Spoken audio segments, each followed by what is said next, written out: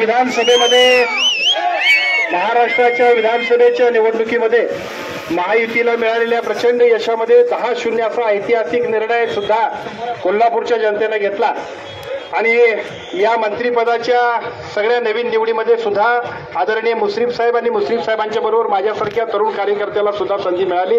आज पहिल्यांदा मंत्री म्हणून आज कोल्हापूरमध्ये आदरणीय मुश्रीफ साहेबांनी आपण सगळ्यांनी या ठिकाणी आम्हा सर्वांचं अत्यंत उत्स्फूर्तपणाने स्वागत केलं।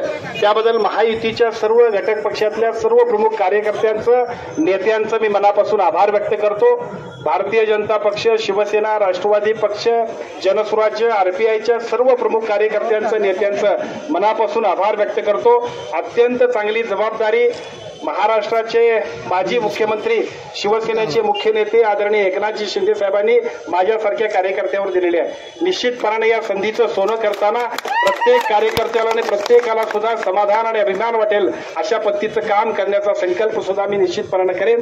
आजच्या या उत्स्फूर्त स्वागताबद्दल तमाम सगळ्या कोल्हापूरवासियांचे मी मनापासून आभार व्यक्त करतो आणि जेवढं उत्स्फूर्त आपण सगळ्यांनी स्वागत केलंय तेवढंच ताकदीचं आणि शक्तीचं काम सुद्धा या मतदारसंघात नव्हे तर आता महाराष्ट्रात करण्यासाठी आपण सगळ्यांनी आशीर्वाद द्यावा अशी विनंती करतो आणि थांबतो। जय हिंद, जय महाराष्ट्र।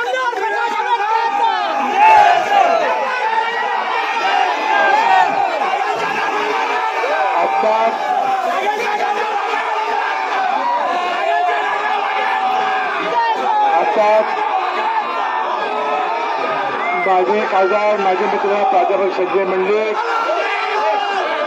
कोल्हापूर जिल्ह्यात त्यांना कॅबिनेट मंत्रीपदी म्हणून नव्या प्रकाश आंबेडकर या ठिकाणी उपस्थित, आदिल पराग, बाबासाहेब पाटील, रवी माने, भैयासाहेब माने, राजेश, माजी आमदार राजेश पाटील, भारतीय जनता पक्षाचे अध्यक्ष, आरपीआयचे अध्यक्ष, जनसुराज्यचे अध्यक्ष, सर्व घटक पक्षांचे सर्व प्रमुख पदाधिकारी, आपल्या माजी खासदार माने वहिनी आणि सर्व प्रमुख आपले कार्यकर्ते, बंधू भगिनी आणि मित्रांनो, आपला आत्ता सांगितल्याप्रमाणे कोल्हापूर जिल्ह्यामध्ये कधी नाही ते इतक्या प्रचंड भव्य प्रमाणामध्ये कोल्हापूर जिल्ह्याच्या जनतेनं भरभरून मतं या महायुतीला दिली आणि 10च्या 10 जागा या महायुतीच्या प्रचंड मतांनी निवडून आणल्या।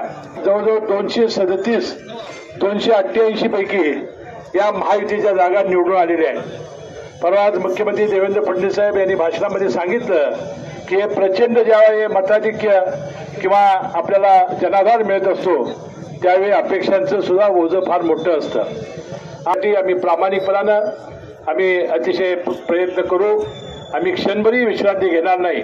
आपल्या कोल्हापूर जिल्ह्याच्या विकासाला आणि राज्याच्या जनतेला त्यांच्या ज्या अपेक्षा असतील तो पूर्ण करण्याचा प्रामाणिकपणानं प्रयत्न करू। बंधू भगिनींनो, आता खाते वाटपाबद्दल अनेक प्रसार माध्यमांनी विचारलं। आता कॅबिनेट मंत्रीपदाची तरी आम्ही शपथ घेतलेली आहे। आता तिन्ही नेते, माझे नेते अजितदादा पवार असतील, उपमुख्यमंत्री एकनाथ शिंदे साहेब असतील किंवा मुख्यमंत्री देवेंद्र फडणवीस साहेब असतील, ही तिघं मिळून आम्हाला जी जबाबदारी देतील ती अतिशय प्रामाणिकपणाने जबाबदारी पार पाडू आणि तुम्हाला अभिमान वाटेल असं आम्ही काम केल्याशिवाय राहणार नाही। आजच्या या आमच्या स्वागताला आपण प्रचंड प्रमाणात उत्स्फूर्तपणानं आपण मोटरसायकलीच्या रॅलीमध्ये सहभाग घेतलात, फार प्रचंड प्रमाणात उत्साहात आमचं स्वागत केलं।